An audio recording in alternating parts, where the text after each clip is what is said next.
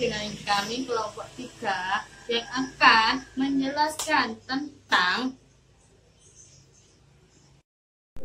sumber belajar. Kalau menurut Wina Wijaya adalah segala sesuatu yang dapat dimanfaatkan oleh siswa untuk mempelajari bahan dan pengalaman belajar demi tujuan yang ingin ia capai.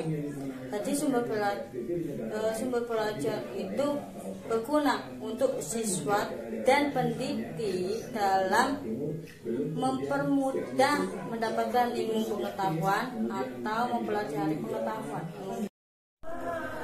Nah, sumber belajar itu ada 6 bentuknya. Di antaranya sumber belajar itu ada yang berbentuk pesan, ada yang berbentuk orang, ada yang berbentuk media, ada yang berbentuk peralatan, ada yang berbentuk teknik, dan juga ada yang berbentuk lingkungan.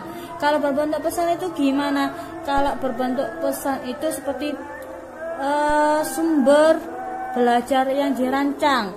Nah, sumber belajar yang dirancang berbentuk pesan itu segala sesuatu, semua pelajaran itu adalah sumber belajar yang berbentuk pesan.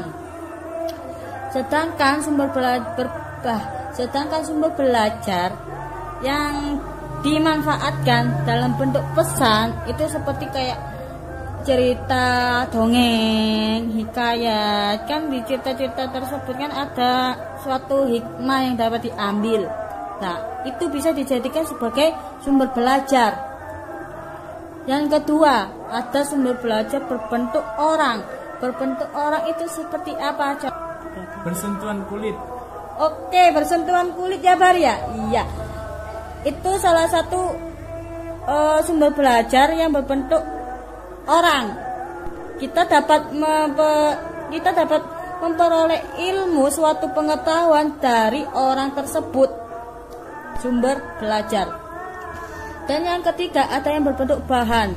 Berbentuk bahan itu semua media yang mengandung pesan. Ya, contohnya apa? Contohnya seperti film. Lah di film itu kan juga terdapat kayak dapat sesuatu yang dapat kita ambil juga, yang dapat kita pelajari. Yang bisa kita ambil itu sesuatu yang kita ambil itu bisa menjadi sumber belajar.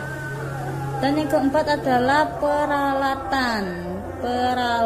Segala pengertiannya gimana? Segala sesuatu media yang menyalurkan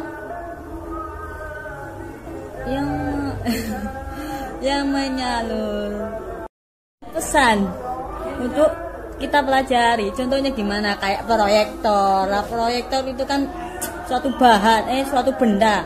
Lah bendanya itu menghasilkan sinar. Nah, sinarnya itu bisa berbentuk gambar. Lah nanti gambarnya itu bisa menghasilkan kayak film proyektor. Lah itulah termasuk peralatan. Terus ada yang termasuk teknik. Aduh, yang teknik ini gimana? Segala sesuatu prosedur.